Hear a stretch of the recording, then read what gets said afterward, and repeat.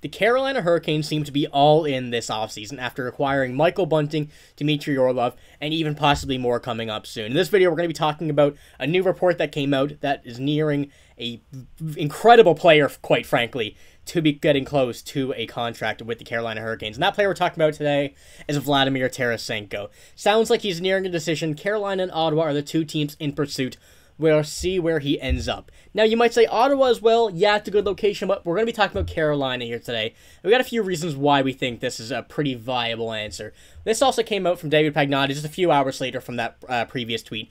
As we wait to see when/if Vladimir Tarasenko officially joins the Hurricanes, possibly a one-year deal, and wait for Tony DeAngelo's deal on July 8th, the same trade that happened beforehand will occur on July 8th. He'll be coming to the Canes with 50% retained as well. Same deal, making $2.5 million.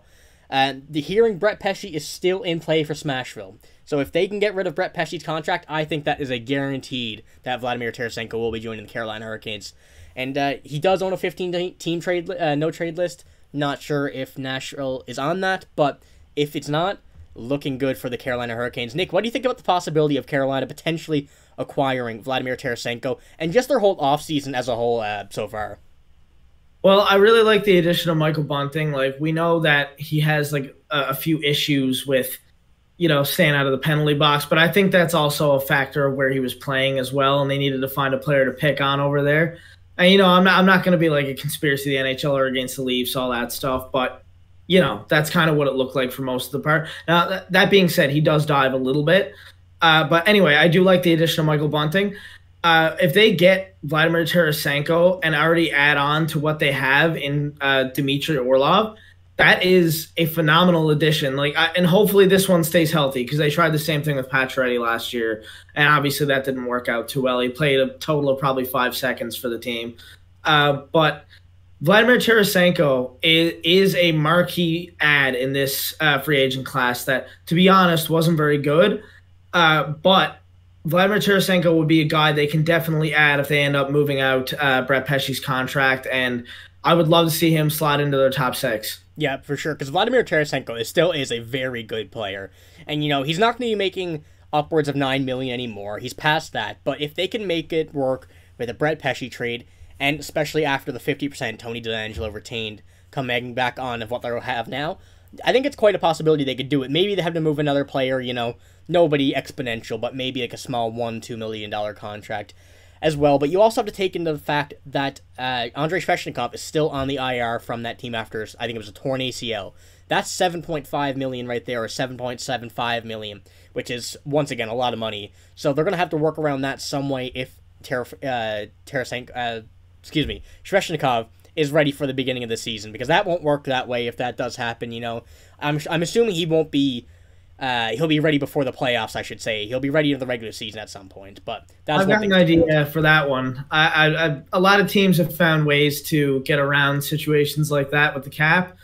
I mean, they could give him the old, yeah, you're injured, just stay on the couch for however many months it is until the playoffs, and then come back in the playoffs. Not saying that's what they're going to do, but the past few Stanley Cup champions have done that.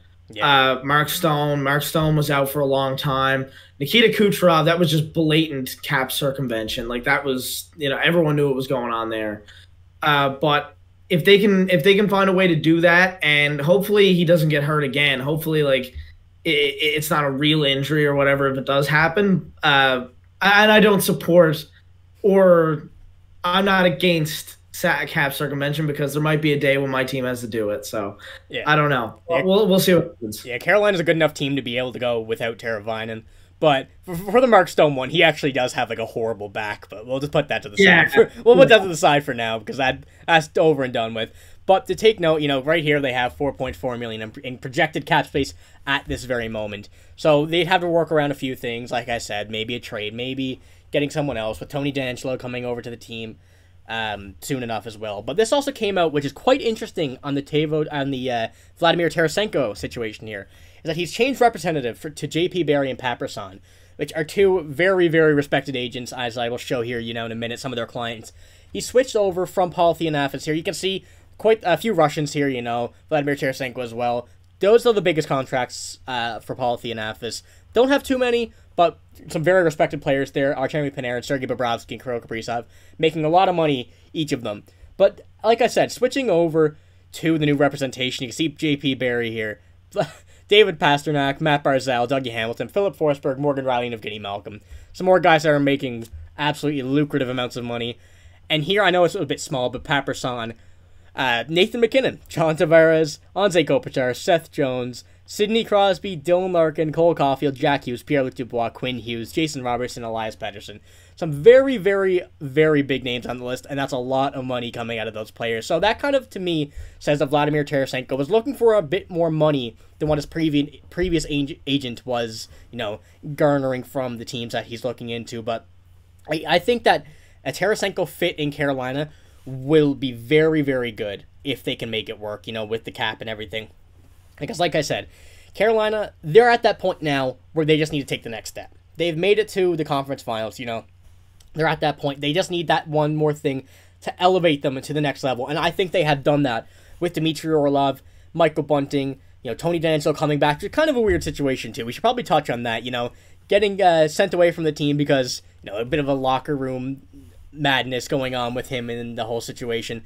And not getting him back. So the league thought really it was kind of a cap manipulation kind of trade, get him to sign cheaper somewhere else and get him back for another deal. But we're not going to speculate too much, we don't want to not go into stuff that's not really true. But Nick, what do you think about just the whole team right now, where they could go next season? What do you think they're going to do with these additions if they do have Vladimir Tarasenko on this team next year as well? Well, I think if they do lose Brett Pesce, they're losing a great defensive defenseman, right-handed shot, but they're also getting Tony DeAngelo, a guy that can actually put up some points. He's pretty good at defense as well. He's more so an offensive defenseman. So I think you can replace Pesce, especially when you play him on a line with Jaccob Slavin. That's going to be a phenomenal pairing there if that's the case. Also add Dmitry Orlov to that, a guy who was mostly known for his defense, but then showed he has some offensive capabilities in Boston this postseason and late in the season. You add that, and you also have the fact that Carolina needed one goal in most of the games they lost this playoffs. They needed, I think it was, every goal in every game in that conference final against Florida was a one-goal game. They needed an extra goal. Vladimir Tarasenko can give you that extra goal. So I think it's going to be a really, really interesting season for Carolina and one in which they could go all the way this season. Yeah, no, like we said, they're looking to seem to run it back. They signed both goalies, Andy Ranta and Freddie Anderson, back, kind of trying to go for the same lineup but just add to it.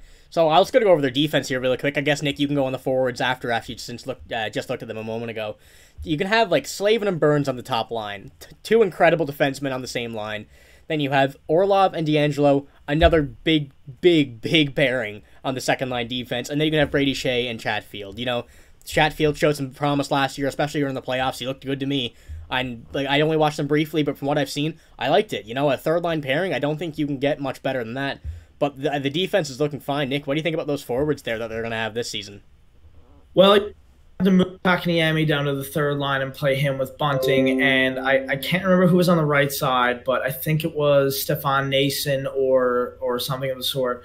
But then you look at the top six and you add Vladimir Tarasenko to that top six with Aho, Jarvis, Natchez, guys like that, like Teravainen, Svechnikov, and I could even be forgetting someone right now. And you're going to have Jordan Stahl down there on the fourth line, I believe that said. So, all those guys added to one forward group, and most of them have chemistry with each other. You add Vladimir Tarasenko, I'm sure he can find a way to fit in if he has a whole season to play with them. In New York, we saw that he struggled a little bit there. He did. Obviously, he knows Panarin, and he's good friends with Panarin and Kane and whatever. So, he had a few guys that he could pass to, that he's done so to in the past and all that stuff, and receive passes from. He knows where they're going to be. They know where he's going to be, stuff like that. But it is a different system in New York. It was a different system. In Carolina, he's got a great coach in Rob Brind'Amour if he decides to go there. So I'll be very excited to watch this team play this upcoming season. Yeah, no, the players on this team and this whole roster, as a whole, it kind of just looks fake. It looks like a dream team that you're looking to make in a fantasy league or something, like players that you'd want on your team, they have it in an actual league. So it's going to be very exciting to see if they do end up getting Tarasenko, what he might do, what his price will be, and everything for this upcoming season. And I'm very excited to see if they can take this team to the next step, because they've been close for close on probably 5 years. They've been there pretty much, just need that extra boost, and they've been adding slowly. But I think they finally have done it. I'm confident in saying I think I could see them going to the Stanley Cup Finals this year. But it's very early to tell. But that's my prediction as of right now. But that's all we have for this video.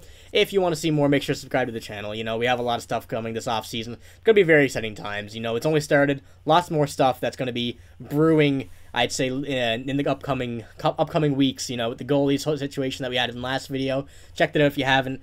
But yeah, that's pretty much it. If you like the video, give it a like, and we'll see you in the next one. Thank you for watching, and see you later.